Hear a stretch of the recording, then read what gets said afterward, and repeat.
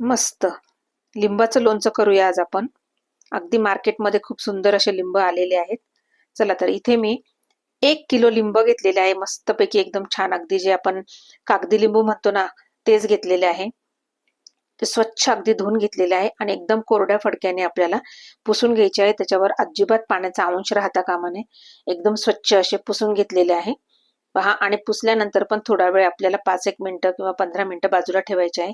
काही इथे माझ्याकडे पिकलेले लिंब देखील होते, आधी आणलेले होते ते, तर ते देखील मी इथे घेतलेले आहे. तर ते हे मी अर्धा 1 किलो जे लिंब घेतलेले आहे ते स्वच्छ धुवून पुसून घेतलेले आहे. तर ते मी आता आपल्याला तुम्हाला आवडतील तशा फोडी करायच्या आहे. मी इथं एका लिंबाच्या 8 फोडी करून घेतलेल्या आहे. तुम्ही पाहू शकता व्हिडिओत दाखवल्याप्रमाणे. बघा ह्या अशा. आणि त्या प्रत्येकामधल्या आपल्याला जे बिया आहे त्या देखील आपल्याला काढून घ्यायच्या आहे. तर मी अशा प्रकारे बघा बिया काढून घेत आहे. तुम्ही अगदी अर्ध्या अर्ध्या फोड्या करून झाल्यानंतर बिया काढून नंतर मग पुन्हा बाकीच्या फोडी केल्या तरी चालणार आहे. तर इथे बघा मी ह्या सगळ्या बिया काढून घेणार आहे. अशा प्रकारे आपल्याला हे 1 किलो जे लिंब आहे ते सगळे मी कट करून घेत आहे. बघा आता हे सगळे 1 किलो लिंबू आहे, हे सगळे कट करून झालेले आहे. तर एका लिंबाचे मी अशा 8 फोडी करून घेतलेल्या आहे. तर अशा प्रकारे हे. आणि आता हे जे पिकलेले जे लिंब आहे याचा आपल्याला ज्यूस काढून घ्यायचा आहे. बघा तर हे जवळपास अर्धा किलोला थोडे कमी असतील. तर आपल्याला हे अशा प्रकारे याचा ज्यूस काढून घ्यायचा आहे. तर अशा प्रकारे मी हे लिंबू कट करून त्यामधल्या सगळ्या बिया काढून नाही घेतल्या तरी चालणार आहे, कारण आपल्याला त्याचा ज्यूसच काढायचा आहे. बघा आणि हे जे आपण ज्यूस काढल्यानंतर जे आपलं जो लिंबाचं जे सालं उरतायत ना, ते सगळे आपल्याला मस्तपैकी पाण्यामध्ये टाकून झाडांमध्ये सुद्धा आपण ते टाकून देऊया. तर मी हे सगळे झाडांमध्ये देखील ते टाकून दिलेले आहे. बघा अशा प्रकारे मी हे ज्यूस काढून घेणार आहे. अर्धा पाऊण वाटी माझा हा ज्यूस निघालेला आहे. तुम्ही पाहू शकता व्हिडिओत दाखवल्याप्रमाणे. पहा आता सगळा ज्यूस काढून झालेला आहे. आता इथे मस्तपैकी मी बरणी एकदम स्वच्छ धुवून अशी कोरडी करून घेतलेली आहे. थोडंसं ऊन पण दाखवून दिलेलं आहे. बघा आता हे रस काढून झालेला आहे. आता ह्या ज्या आपण फोडी केलेल्या आहेत ना, ह्या सगळ्या आपल्याला बरणीमध्ये थोड्या थोड्या करून घालून घ्यायच्या आहे. आता आपल्याला ह्या सगळ्या मी आता इथे घालून घेत आहे. तोपर्यंत मी सुनीता कुक विथ सुनीता परत या चॅनलमध्ये तुमचं अगदी मनापासून स्वागत करते. अशाच नवीन नवीन रेसिपी पाहण्यासाठी माझ्या चॅनलला नक्की सबस्क्राईब करा, शेअर करा, लाईक करा व कमेंट करायला विसरू नका. पहा आता ह्या सगळ्या फोडी आपल्याला बरणीमध्ये घालून झालेल्या आहे. आता हा जो लिंबाचा रस आहे हा देखील आपल्याला पूर्ण यामध्ये घालून घ्यायचा आहे. पहा आता पूर्ण मी घालून घेतलेला आहे. बघा आता थोडंसं वर खाली करून घ्यायचं आहे आपल्याला. आणि यामध्ये जवळजवळ मी 50 ग्रॅम ला थोडंसं कमी आपल्याला हे मीठ घालून घ्यायचं आहे.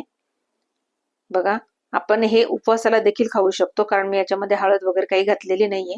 तर आता सुरुवातीला आपल्याला हे मीठ घालून घ्यायचं आहे.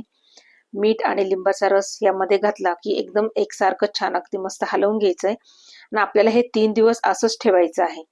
तर 3 दिवस ठेवताना प्रत्येक दिवशी आपल्याला हे हलवून घ्यायचं आहे. बघा पहा आता हे 3 दिवसानंतर आपल्याला हे असंच हलवून घ्यायचं आहे व्यवस्थित. आता 3 दिवसानंतर तुम्ही पाहू शकता याचा कलर वगैरे सगळं चेंज झालेला आहे आणि मीठ आणि लिंबाचा रस एकदम एकत्र होऊन बघा फोडींचा कलर देखील आपल्याला चेंज झालेला दिसतो. याच्याने काय होतं की पटकन आपलं हे लोणचं देखील मुरलं जातं. पहा आता यामध्ये मी इथे 1 किलो लिंब घेतलेले होते, त्याच्यासाठी मी इथे यामध्ये अर्धा किलो साखर घालून घेणार आहे. पहा पाहू शकता तुम्ही लिंबाचा कलर पण किती छान असा चेंज झालेला आहे. आता इथे मी अर्धा किलो साखर घालून घेणार आहे. पहा आणि ते देखील आपल्याला व्यवस्थित असं मिक्स करून घ्यायचं आहे. आता हे साखरेचं देखील पाणी सुटणार आहे मस्तपैकी आणि खूप सुंदर लागतं हे लिंबाचं लोणचं. अगदी तयार झाल्या देखील तुम्ही खायला घेतलं तरी हरकत नाहीये. बघा निदान 8 दिवस जरी आपण असंच ठेवलं ना तर खूप सुंदर मुरलं जातं हे आणि अजिबात खराब होत नाही, वर्षभर देखील खराब होत नाही. तर यामध्ये मी 50 ग्रॅमच्या पेक्षा जास्त मी इथं लाल तिखट घालून घेणार आहे. यामध्ये हळद घालत नाही, पण तुम्हाला घालायची तर घालू शकता, कलर अगदी सुंदर येतो. पण मी हे उपवासासाठी वापरणार आहे त्याच्यामुळे मी इथे हळद घालणार नाहीये. बघा आता हे तिखट पण आपल्याला छान असं मिक्स करून घ्यायचं आहे. बघा, दिसायला पण जितकं सुंदर आहे ना त्याच्यापेक्षा जास्त अगदी टेस्टी लागतं. हे खूपच सुंदर लागतं बघा. तर एकदा नक्की या पद्धतीने करून बघा. अजिबात काही तामझाम नाही, काही नाही, काही नाही. एकदम सोप्या पद्धतीने एकदम छान लोणचं हे तयार होतं. पाहू शकता तुम्ही. अगदी रसरशीत खूप सुंदर लागतं हे लोणचं. पहा, तर तुम्ही एकदा नक्की करून बघा आणि मला कमेंट करा.